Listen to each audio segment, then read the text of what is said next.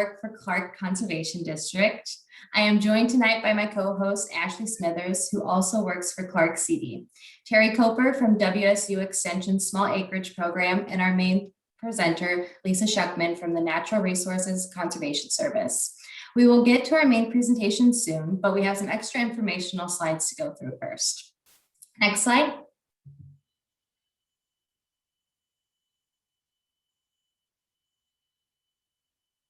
As a reminder, this is a three-part webinar series focusing on mud and manure, pasture management, and water quality. Tonight is the second of the three, which we'll be focusing on pasture management. If you missed the first one or would like to register for next week's webinar, be sure to head to our website. Next slide.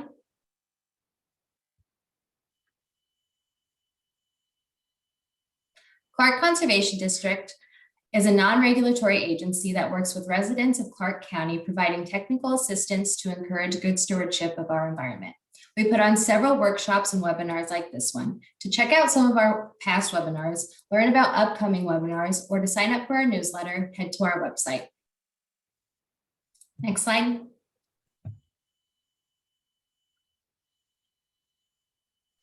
Poop Smart Clark is a new program that is aiming to reduce poop in our surface waters. Through partnership with various organizations, Clark CD can provide technical and financial assistance to eligible landowners to install best management practices. If you have too much animal poop or are curious if you are eligible for assistance, you can contact me to sign up for a site visit or ask questions. My contact information will be in the chat box and also on our website. Next slide. Hey, I'm Ashley Smithers, and I'm here to talk about our Tarp Your Manure program. This is an opportunity to have a site visit with Sam or myself to get your manure covered. And this is a great thing that you will learn throughout the series. So to sign up for one of those site visits, then please check out, next slide, Lisa, our contact information. Next slide, Lisa. Sorry. So you can reach us to sign up for one of those site visits, either asmithers@clarkcd.org or Sam for the go back one, Lisa. Sorry. Or Sam at. Sorry. It's okay. So yeah, you can find our contact information on our website and sign up for one of our site visits. These will be really quick and fun and a great way to learn more about our resources. So with that, you can switch it to the next slide, Lisa, and Terry from WSU Extension will be presenting on their program. Thank you, and good evening, everyone. My name is Terry Coper. I am the Small Acreage Program Coordinator at WSU Clark County Extension. We do the bulk of our programming in partnership with Clark County Public Works Clean Water. Next slide, please. And our mission is to provide small acreage land stewards, such as yourselves, the knowledge, skills, and resources necessary to manage your land and the animals in ways that keep water clean and protect natural resources. Next slide. So we offer educational events throughout the year. And like, for instance, most recently, we offered the Small Acreage Expo, our 15th annual, and it was online this year. Next slide. Throughout the year, we also offer well and septic inspection workshops. So for homeowners that have a gravity-fed septic system, this is a great opportunity to get certified to inspect your own system. And you would be eligible to do that every other time, alternating with a professional. And also, it's a really good opportunity to just learn how to better maintain your well and your septic systems. Next slide.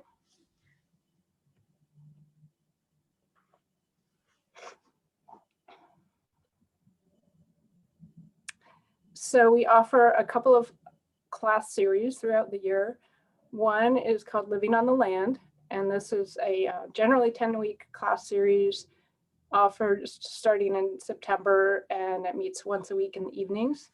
And it's a good opportunity to learn about best management practices and how to be a good steward of your land, going over topics such as pasture management, weed management, and improving soil health. Next, please.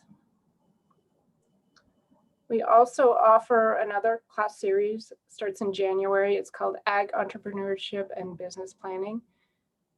It's good for somebody that's thinking of starting an ag business or already has an existing one and just wants to improve their connections and improve their skills around their business. Throughout this course, you will have the opportunity to develop your own business plan. And again, that meets once a week in the evenings starting in January. Next slide.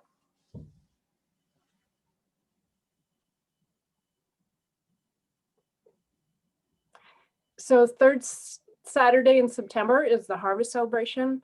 It's a great opportunity to get out and enjoy the bounty of the farms in Clark County. Generally 10 farms throughout the county will open their gates and offer tours and sell produce and have just different fun events at the farm. A great way to get your family out and enjoying the bounty of Clark County. Next slide.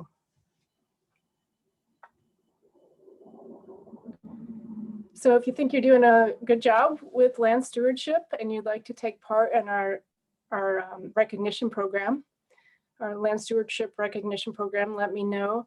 What that entails is me coming out and doing a site assessment. And if you qualify, that you could get one of these really nice metal signs to hang on your gate and to let your neighbors know that you're receptive to talking to them about land stewardship practices and you're modeling really good practices. So reach out to me if you're interested. Next slide.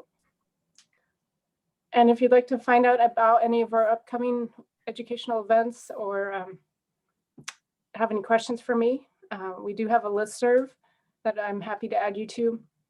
Just email me, terry.coper@wsu.edu. And I just wanted to thank the Conservation District for having me, and I hope you have a really good workshop and enjoy your evening. Awesome. Thank you, Terry. Okay, we'll put your contact information in the chat box for folks who might want that later on. Now we will move on to our main presentation. I'll do a quick introduction of Lisa and then we'll get going, okay?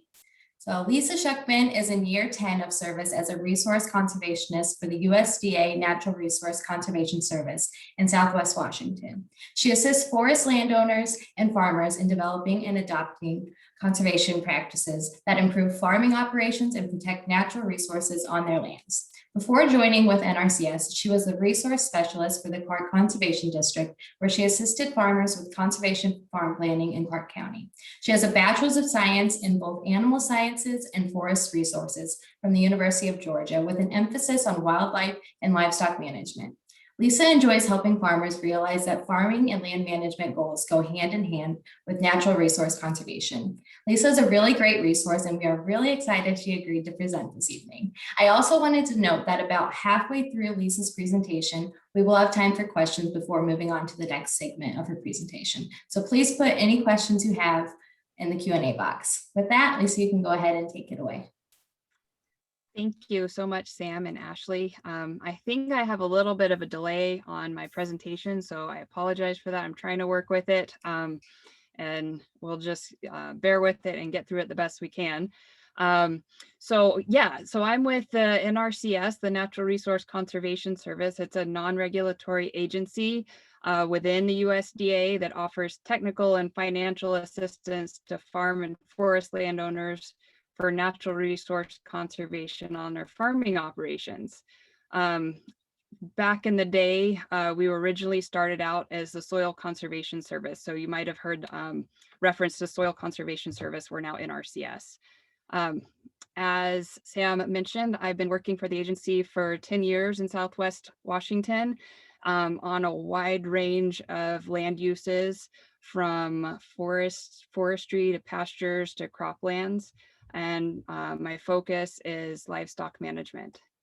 So Clark CD invited me to be a part of the Manure Matters webinar series. And this afternoon, I'm really happy to be with you to discuss to discuss the poop on grazing management for healthy pastures. My goal with this presentation is to provide some strategies and concepts that will help you improve your grazing management for healthier pastures.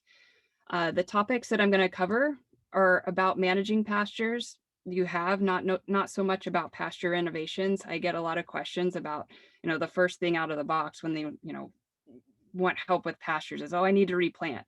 And I will say from the get-go that oftentimes it's more about focusing on the management than going through the expense of rehabbing a pasture and doing all the renovation work. So I always recommend doing the pasture management side of things before getting into the expense and all the time of rehabbing.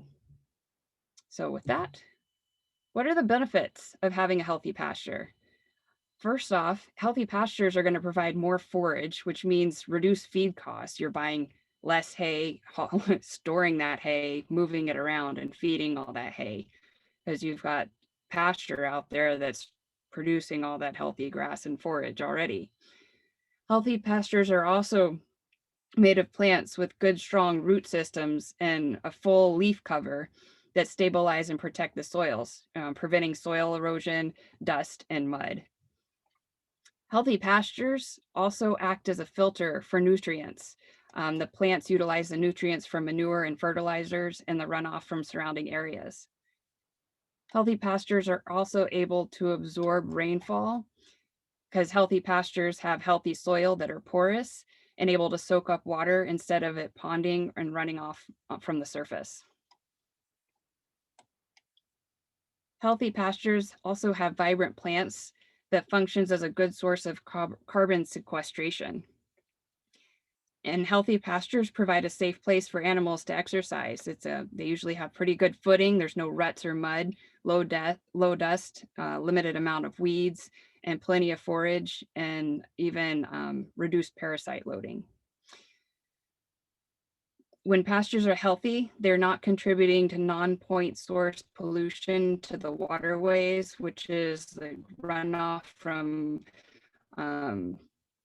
not from like manure, from pastures, from nutrients and sediments like that.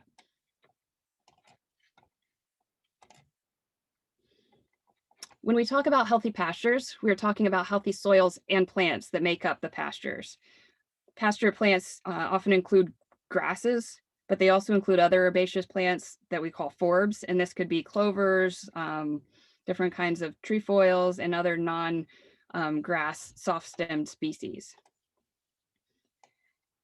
Soil health and pasture health are interdependent. So if you're managing for one resource like soil health, or if you're managing for pasture health, then you're doing a lot of the same management strategies that are going to help each other. So when you think of managing your pastures, think of yourself as a grass farmer. Your pasture plants are the crop, and the animals are what you're using to harvest that crop. So creating good pasture crop requires recognizing the difference between good pasture management and poor pasture management.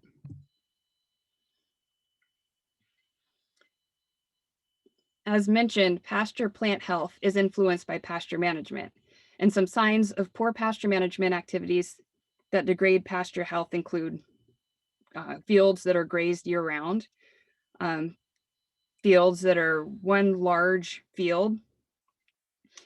Then there's more weeds in that pasture than palatable grass. Pasture plants are really short and close to the ground, usually less than 3 inches tall. And there are areas of bare ground. You can see soil between the plants, the grass stems, and there's animals in the streams and ditches. On the other hand, signs of good pasture management include there's a confinement or sacrifice area that's set up to protect the pastures from protect the pastures from grazing in the rainy season when the soils are saturated and more prone to compaction. Also, the grass is thick and full. It's good height, above 3 or 4 inches. There's limited to no weeds. There's no bare soil. The pastures are often divided into smaller fields, and there's no animals in the streams and ditches. So here's a side-by-side comparison of a couple examples of some unhealthy pastures versus healthy pastures. In the slide to the left, that pasture, it's got this short astroturf appearance. The grass is less than 3 inches in height. You can see lots of hoof marks in there, indicating that there's presence of animals in the wintertime when compaction and the soil's really soft.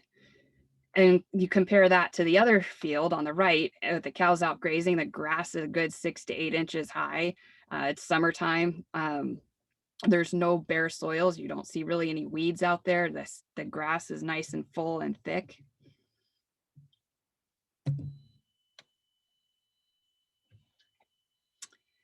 And another couple of examples of some unhealthy versus healthy pastures. The sheep in the pasture on the left have free range to streams. The grass has that kind of turf-like appearance, indicating from a distance it's probably a good bit less than 3 inches in height. And you can also see that there's erosion along the stream banks, and it's a result of not just constant animal access going in and out, but it's also a sign that the root structure of the plants, which is mostly just grass, are very weak and they're not holding the soil in place. Whereas you look at the pasture on the right, it's clearly fenced. The ditches are fenced away from the livestock. There's some good vegetation there between the ditch and the field. You've got some trees, you've got good healthy stand of grass, good stabilization of the soil. The pasture itself looks well vegetated. There's no bare soils and no runoff occurring.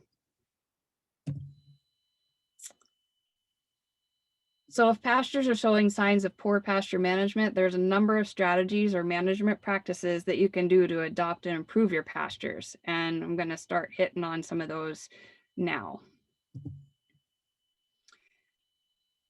The first thing you need to do is take an inventory of existing conditions so you know what you have to work with.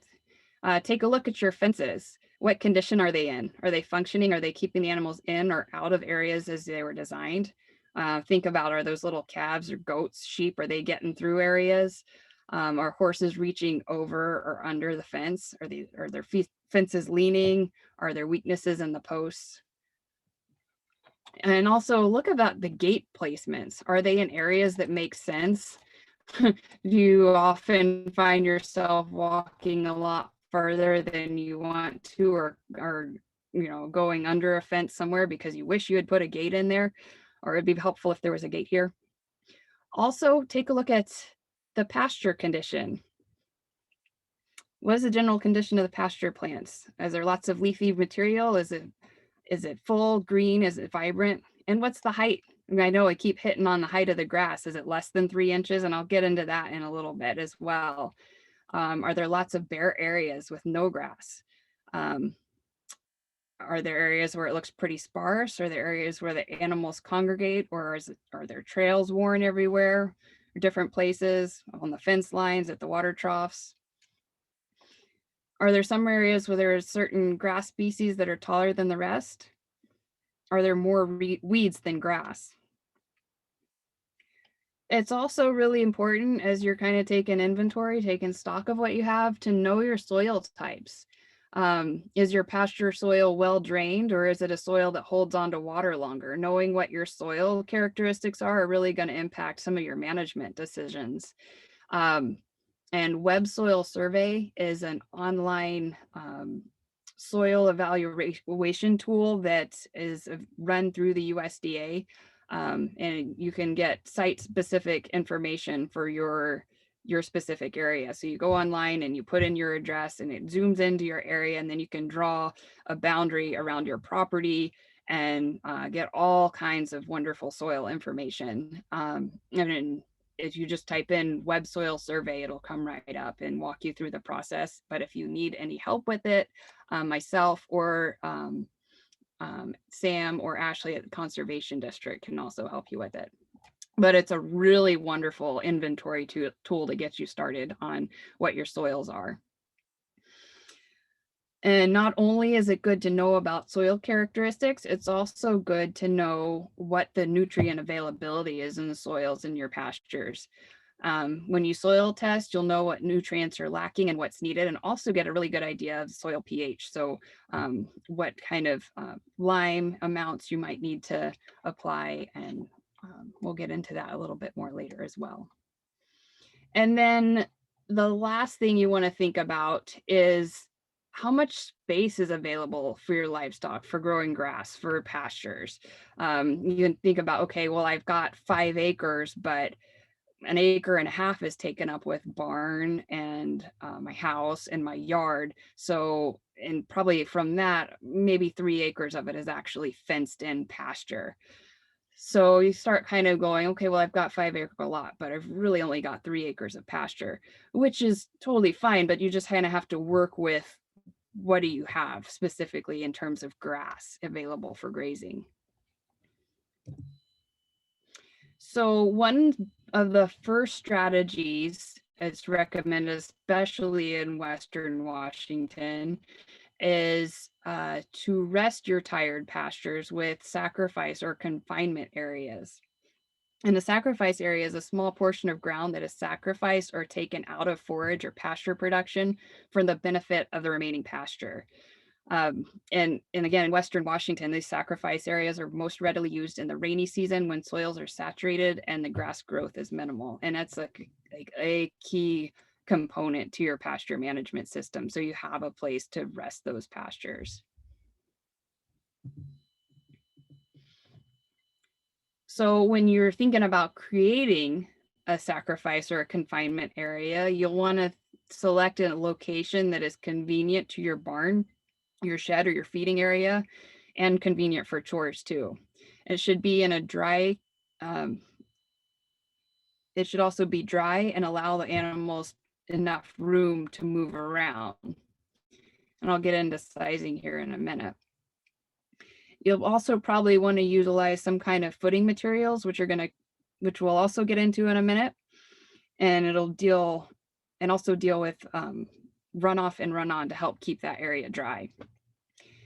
And it's important also when you're thinking about location to consider setback distances from wells, septic systems, and property lines.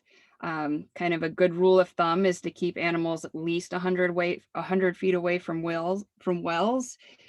Keep them off the septic and drain fields. And also you want to really pay attention especially when you're building structures and where you're going to be putting animals. Check in with the county codes for setback distances on property lines. So when you're talking about confinement area sizing, you'll want to find a compromise between large enough area to allow your animals to move while also keeping it small enough that it's going to be easy to maintain and clean regularly. So generally speaking, you want to plan for about 300 to 400 square feet per 1,000-pound animal. And it's best to keep less than 750 square feet per animal because again, you start getting into that size for maintenance and cleaning. So for example, 10 sheep or goats, if they're about 150 pounds each, that's about 1,500 pounds. So we're talking about 525 square foot area. And then you can also start looking at configurations. For example, with horses, if you're talking about a 20 by 20 area, so more of a square, that's going to give them enough room to trot around a little bit. Though if you make it, instead of a square, make it a long rectangle type configuration, that's going to give them more room to open up and move out and gallop.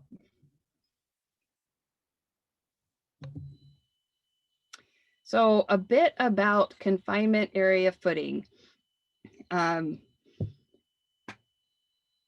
So you might be wondering, if I confine my animals into a small area, won't it get muddy? Yeah, so that's why we start talking about footing. And there's a lot of different kinds of footing that are going to allow rainwater to filter through and keep the animals up off the soil, and thus limiting compaction and allowing for better infiltration. There's a lot of different choices for footing and materials, and there's of course advantages and disadvantages to all of them. Hog fuel, it's inexpensive, it's pretty readily available. It's basically chipped up chunked bark, and you can find it in many different sources in the area as mentioned. It's important to know where it comes from before you buy it. Many of like the landscaping plants are toxic and or maybe toxic to livestock, and you have to be careful of that. So just be mindful when you're looking for bark materials, hog fuel, if it's livestock friendly. Gravel and sand are other options. They tend to be a little bit more expensive, but they do last longer than hog fuel. Personally, I find it easier to clean manure out of sand, but you also have to be careful not feeding on it because of sand collet concerns.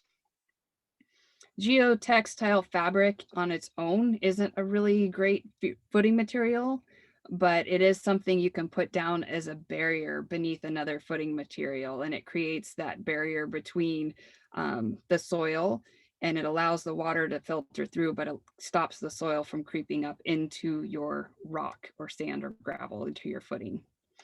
I have worked with landowners on both sides that have either used the fabric and really appreciate it and had it, and that they've had it. And I've worked with landowners that have decided not to use it and just put their gravel down, and over the course of a winter watch their gravel disappear into the mud, and then decided that they were going to go ahead and put their geotextile fabric down and put their footing material on top of it. But again, that also gets into knowing what your soil characteristics are like, because there are some well-drained soils that don't necessarily need the geotextile fabric. So it just kind of depends on your area.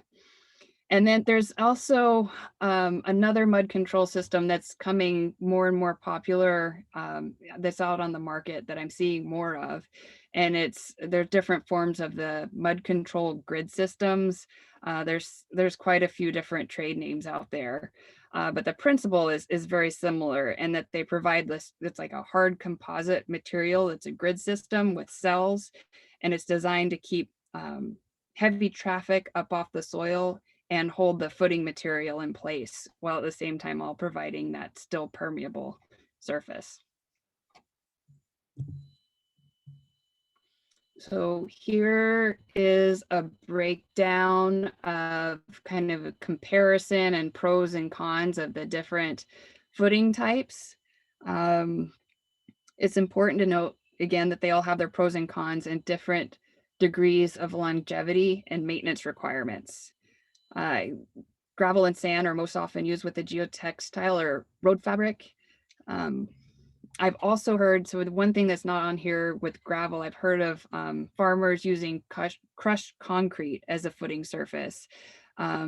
They did note that they've had to remove some metal straps and other pieces that were mixed in the material that when they were putting it down, but it's worked pretty well in high traffic areas around gates, along fence lines, and water troughs.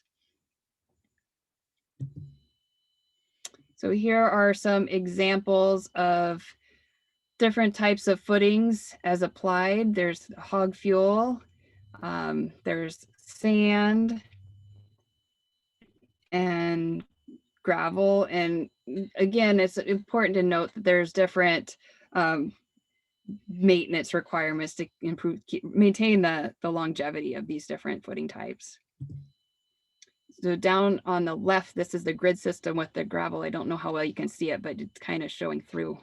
I'm gonna get my pointer right in here.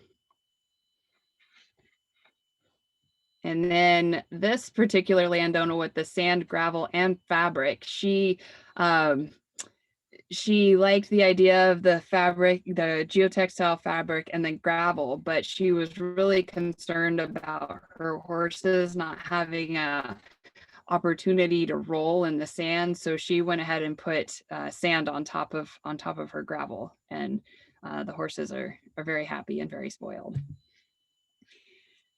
to here's a comparison, or not comparison, but just a side by side of showing a little bit of the process of putting down the geotextile fabric and then putting the gravel on top of it in their heavy use area.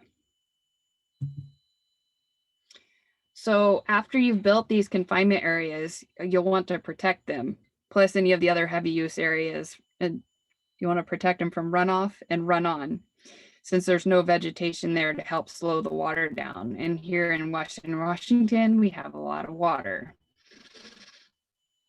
So gutters and downspouts provide you a way to collect that water, and from your roof, your barn, and your outbuildings. And you can collect it and divert it around the property, or you can collect it into rain barrels. Different places you can route it. Rain barrels, like in rain gardens, storage tanks, stock tanks, all are potentials. You also want to manage your drainage, different options, terracing, grassy waterways, French drains, swales, and berms.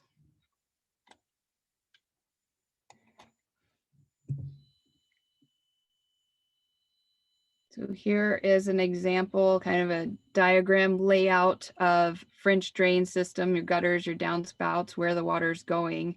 The idea is that you're guiding the runoff, the water, at a slow speed, kind of around your heavy use and confinement areas, and allowing it to infiltrate into the water or into the soil at a little bit of a slower rate. And this limits the erosion and water quality impacts.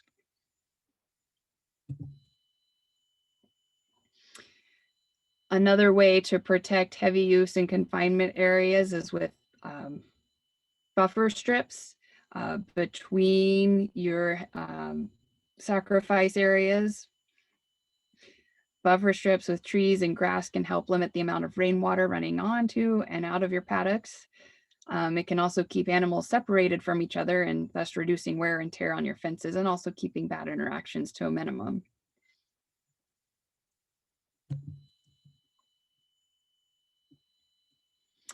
Here's an example, a couple of examples of the crushed concrete material being used in heavy use areas, high traffic areas along the gate fence line and at a water trough. And here's a little example of the grid system, the mud control grid system I was talking about. This one best applied at a gate, high traffic area, lots of foot traffic going through. And there's kind of an example of what it looks like.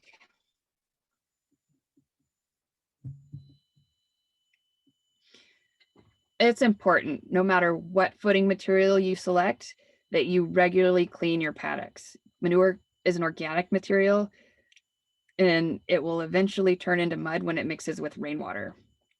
And it will clog the pore spaces in your footing material, and thus it'll reduce infiltration and the whole function of the confinement area to begin with, and you'll end up with a muddy mess all over. So really important to clean your paddocks, clean your confinement areas regularly, every 1 to 3 days. And you can significantly increase the lifespan of the gravel, the sand, the hog fuel, and saving you money down the road.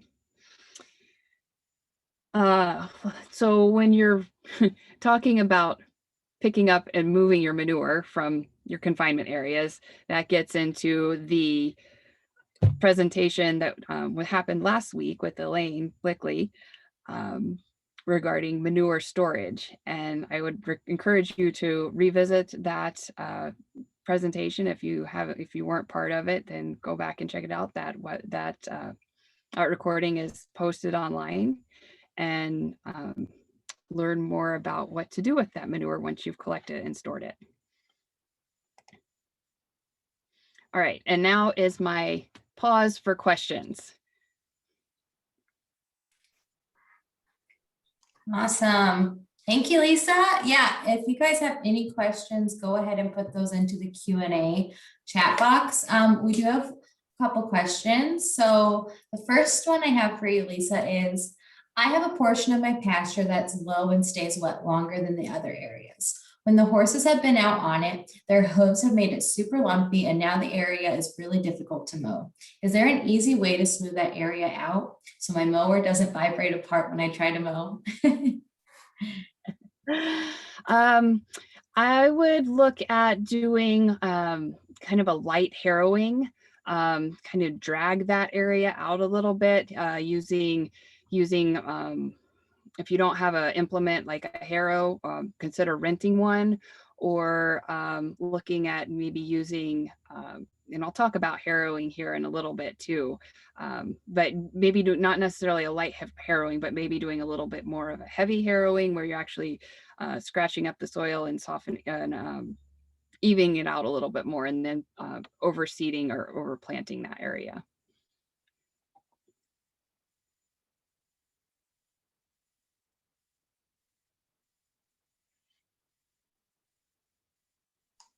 That's me. Sorry.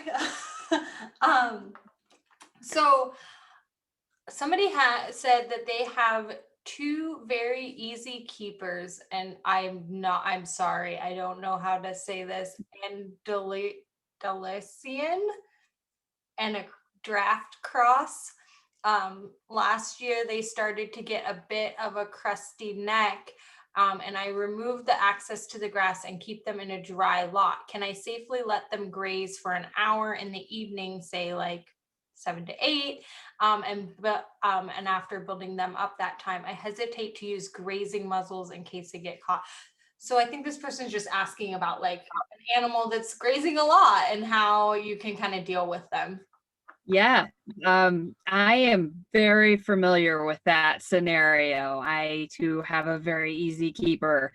So I understand your plight, and I think you're right on track with keeping them up off the fields, especially in the springtime when the grass is really coming on and growing, and keeping them up and just shortening the amount of time that they're allowed access.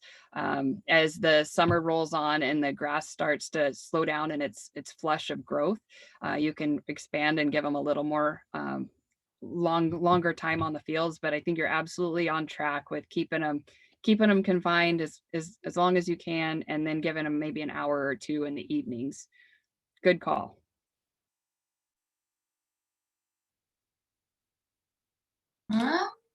Anyone else have any questions they want to submit? Oh, here's one. Are the mud grids slippery? Is there something to prevent them from being slippery? I have not experienced them being slippery because the installations that I have seen, they've had gravel, or I haven't seen any with sand on them. I've seen advertised with sand quite a bit, and a good thick, probably 3 to 4 inch layer on top of it. But the gravel that I've seen, and they had a herd of cows on them, it worked out pretty well, and it was not slick.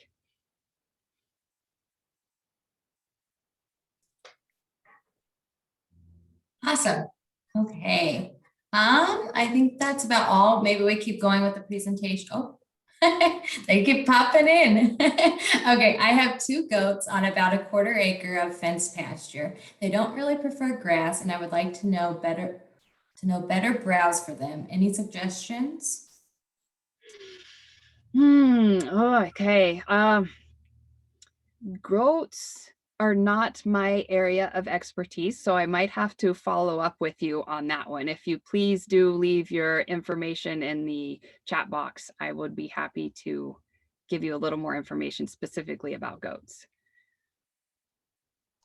Okay, yeah, and if you want to, you can send that privately to Lisa if you'd like to send your contact information over. Okay, is gravel is gravel okay on the hooves of goats and sheep? That is another great question. I tend to see more goat, llama, alpaca, sheep. Landowners go with sand or hog fuel most of the time, and they tend to stay away from the gravel. So good question.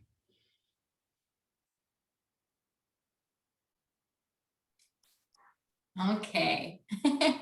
We'll give it maybe a few more seconds. I'll see if any of them pop up. Otherwise, feel free to go on with the presentation, Lisa, okay? All right.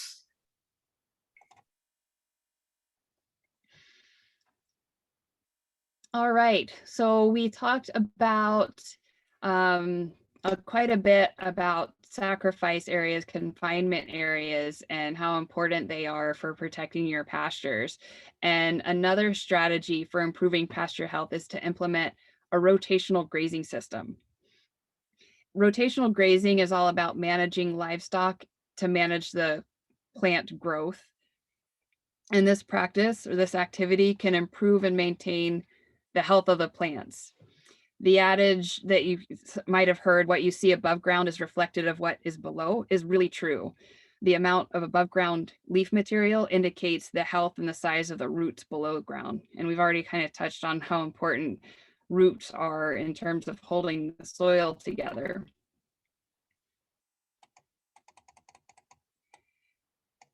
If plants are repeatedly grazed to the short height without the opportunity for the recovery, roots can't be supplied with the nutrients that they need and they begin to shrink. And as the roots are weakened, so too is the plant, reducing the plant's competitiveness for water and nutrients. And this leads to plant death, and this leaves bare spots in the pasture, which leaves an opening for weeds. Oops, got ahead of myself there.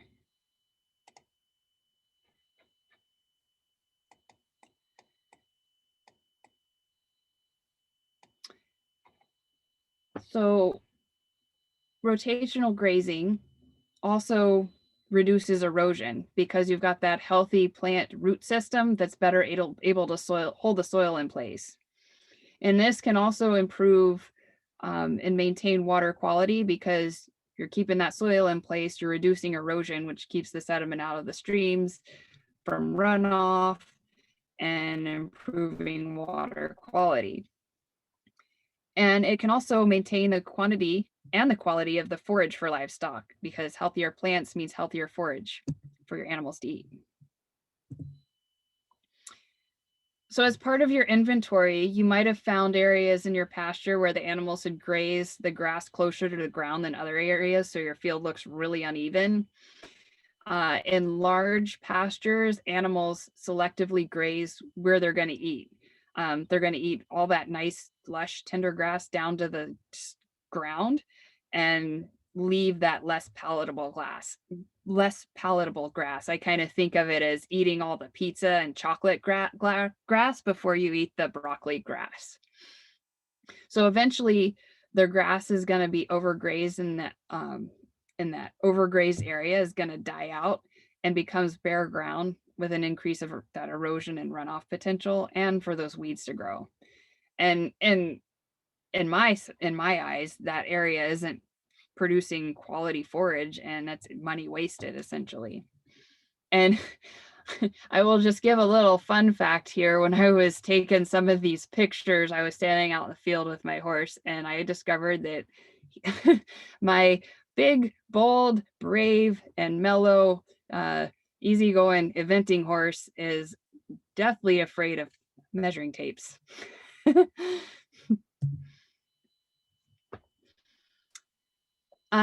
To prevent overgrazing and encourage animals a more even grazing pattern, divide your larger pastures into smaller fields and rotate those animals through those fields.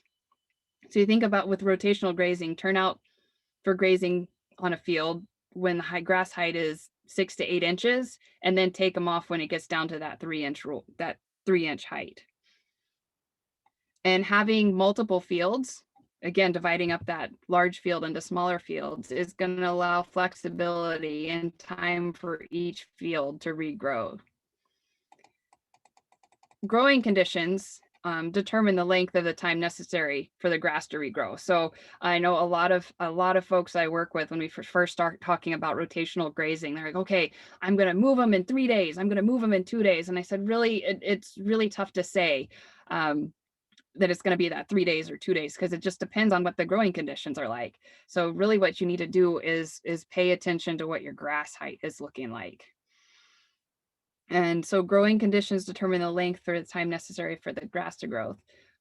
So for example, when grass grows quickly in the spring, animals are going to be able to return to a field in a couple of 2 to 3 weeks, but growth is going to slow down late summer and early fall, and the fields might need 6 to 8 weeks to regrow.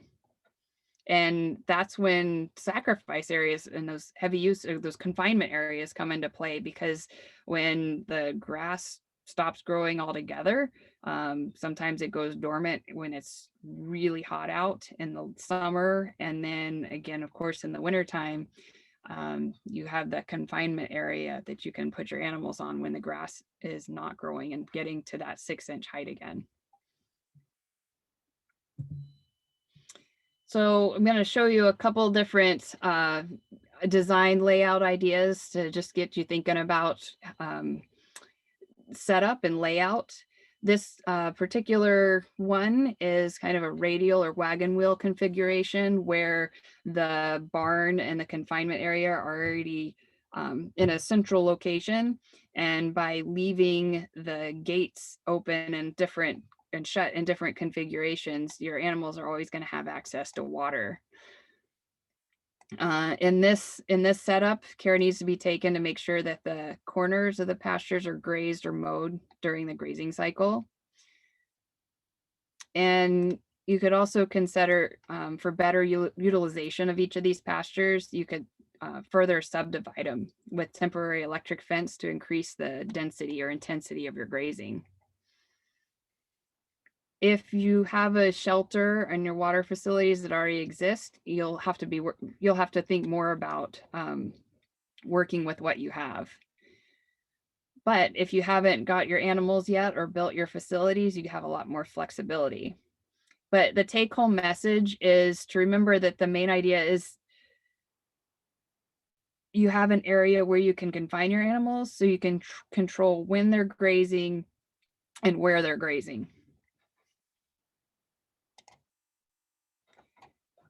Here is another example of it's essentially an ideal grazing rotational setup where you've got the holding pasture, the confinement area, the sacrifice area, and then it opens up to each of the different fields. And then the fields are then further subdivided with electric fencing for more flexibility.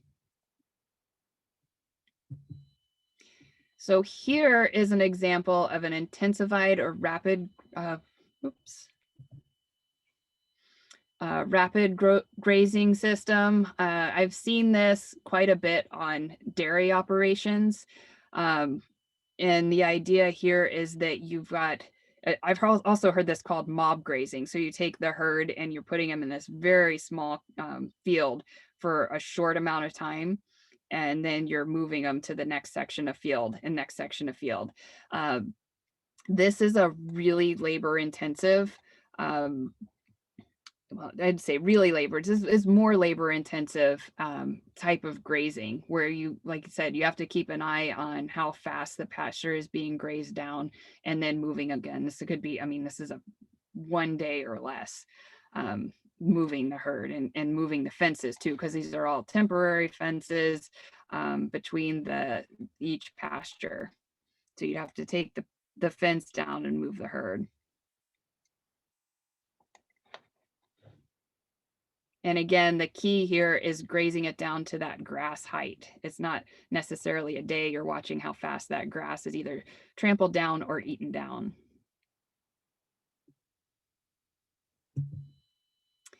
So another strategy for pasture management is to mow the fields down once the animals have grazed it down to 3 inches. And the idea here is, as I pointed out, animals, even in a smaller, a reduced size field, they're still gonna go after that pizza grass and they're gonna leave the broccoli behind. So mowing it gives the grass all the forage, an even playing field per se. So you're not letting anyone have more of an advantage over another. So it starts them out growing all at the same height again. Mowing also encourages the plants to produce more leaves and less stems, and thus making that grass more palatable, thicker, and hardier. Mowing also helps control some of the weed species that aren't going to get eaten, such as thistle, by preventing it from going to seed and reducing the number of weeds later. Although I will point out that animals such as sheep and goats often graze some of these weed species, especially if they're kept shorter, which makes them more palatable.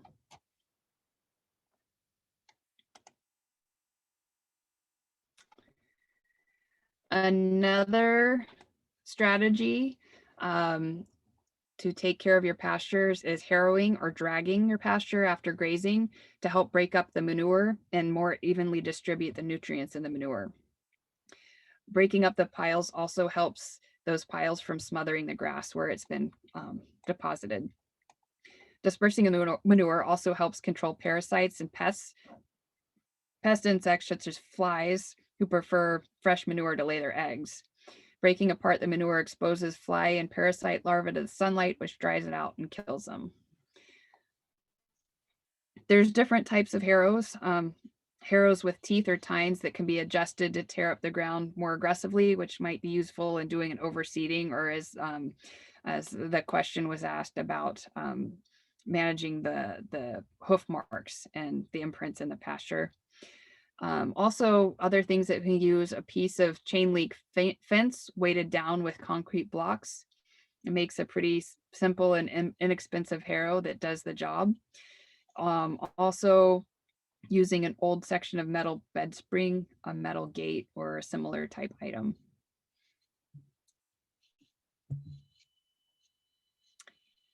Like any plant, grass requires nutrients to grow. By following recommendations provided in your soil tests, you'll be able to apply the right amount of fertilizer and the correct balance of nutrients required by your pasture. This saves money and avoids over application, which allows fertilizer to run off or nearby streams, water bodies, or maybe even your well. Excess nutrients also harm fish and wildlife and pose a potential risk to the animals in your family if it makes its way into the drinking water. If a soil test recommendation includes application of fertilizer, consider using your manure as an inexpensive source of organic fertilizer. You want to avoid applying any fertilizer during the rainy months, since the fertilizer or nutrients aren't likely to be utilized by the grass, since it's not growing and run off into streams because of all the rain. A lot of times, especially in Western Washington, soil tests may not, or they might recommend nutrients, but they're also going to recommend liming because soils in Western Washington have pretty low pH, meaning they're acidic, and acidic soils release fewer nutrients to the grasses. Applying lime increases the pH, or the measure of the acidity, which allows the soil to release more nutrients and making it more available to the grasses. Liming also enhances the effectiveness of the fertilizers and the manure that you apply. And also, raising the pH makes the soil bacteria more active, which releases more of those valuable nutrients. So liming is a pretty wonderful thing to be doing for your pastures. And you'll see after you apply lime to your pastures, you'll see a flush of growth, and it might look like you just fertilized it, since a lot of those much needed nutrients are actually getting released and available to the plants. And I'll just point out, if you plan to spread fresh manure instead of composted manure, be sure you maintain a good deworming parasite control program. And after spreading manure on the pasture, let that pasture sit for a couple of weeks before allowing animals to graze on it.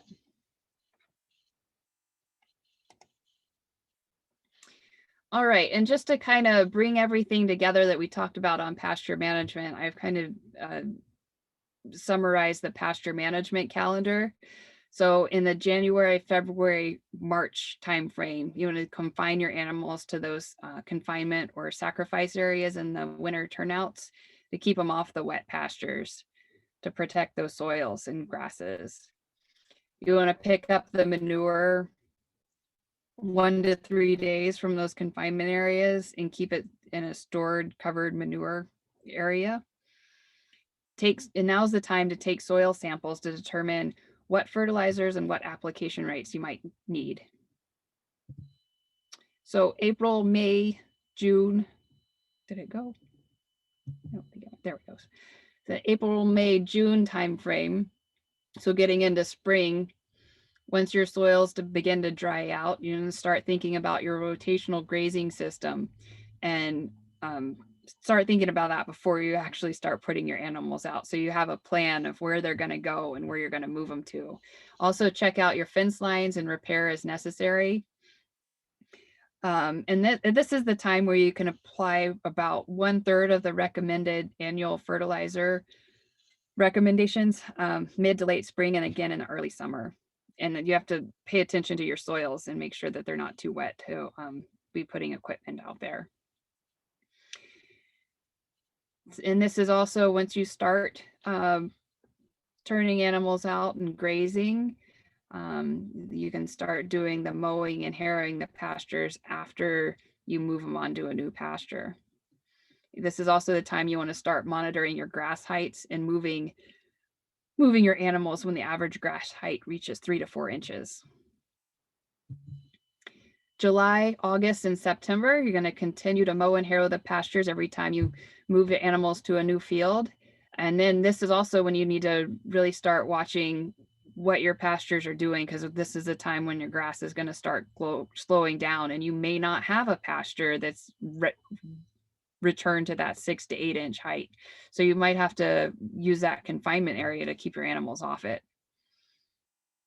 And once the season starts to cool down, this is the time you can start thinking about reseeding or overseeding areas, those bare areas, and not allowing the animals to graze those areas until the spring.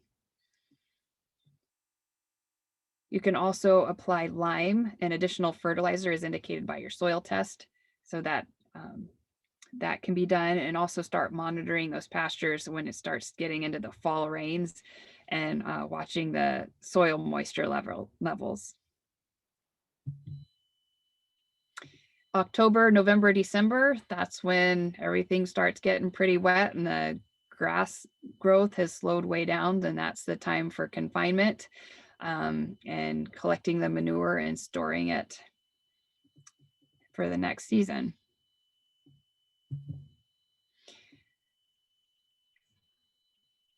So the goal is this nice, healthy pasture.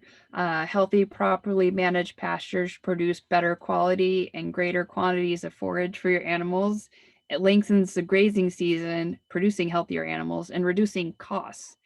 Lush pastures also conserve water and filter out manure and nutrients, keeping them from entering nearby water bodies, protecting water quality, human health, and animal health. So this is an ideal. It's not always possible at each farm, and you have to do those activities that work for your farm. It takes a lot of time, money, and energy to change your property into a really healthy, lush system, but in the long run, it's absolutely worth it because you've got improved health of your animals, decreased chore time, decreased costs. And if you think about it, and I'm sure we've all experienced it, slogging through the mud to clean stalls and catch horses, move cows around, it's no fun. So thank you so much for attending. Thanks for the opportunity to share and visit tonight. Happy trails, and I'm open for questions. Awesome. Thank you so much, Lisa. We do have a few questions in the chat box, but if people need to head out because it is after 7, feel free to leave, but we will address those questions quickly, okay? So the first one is, We rotate between 2 1.5 acre fields, fall and winter, and then spring and summer. Do you know of a herbicide safe for horses to treat weeds? The herbicide question. So I would advise you to connect with Clark County Vegetation Management. I don't have an applicator's license, so I can't officially make any specific recommendations on chemicals to use for weed treatment. But Clark County Veg Management has some wonderful folks down there that are full of information and happy to help. So I would recommend you give them a call and ask them for recommendations. Thanks, Lisa. Mhm. How short do you recommend mowing? Mowing 3 inches. I'd keep that 3-inch rule. Easy. Okay, and how long do you wait to introduce the animals after adding lime? After adding lime, that is a great question. So lime, I have heard of people turning them right back out over it. I would say if you're applying in the fall, a good rule of thumb is if you put your lime down in the, late summer, early fall, you could just pull your animals off for the season and let that lime work into that fall flush of growth. And then you're good and safe and don't have to worry about anything until next season of your animals going back on the field. Cool. I think that that's all the questions. So if you have any other questions, get them in real quick. If not, then we have put all of the contact information in. So Sam, anything else? No, I don't think that's it. Just a reminder for folks still here that our last webinar in this series will be next Wednesday, and we will be covering water quality and county regulations around that. So please be sure to tune in. And thank you, Lisa, so much for a really great presentation. So everyone have a good night, and don't forget to fill out our survey. That'll pop up when you leave. So. Yes. Thank you. Thank you. Good night,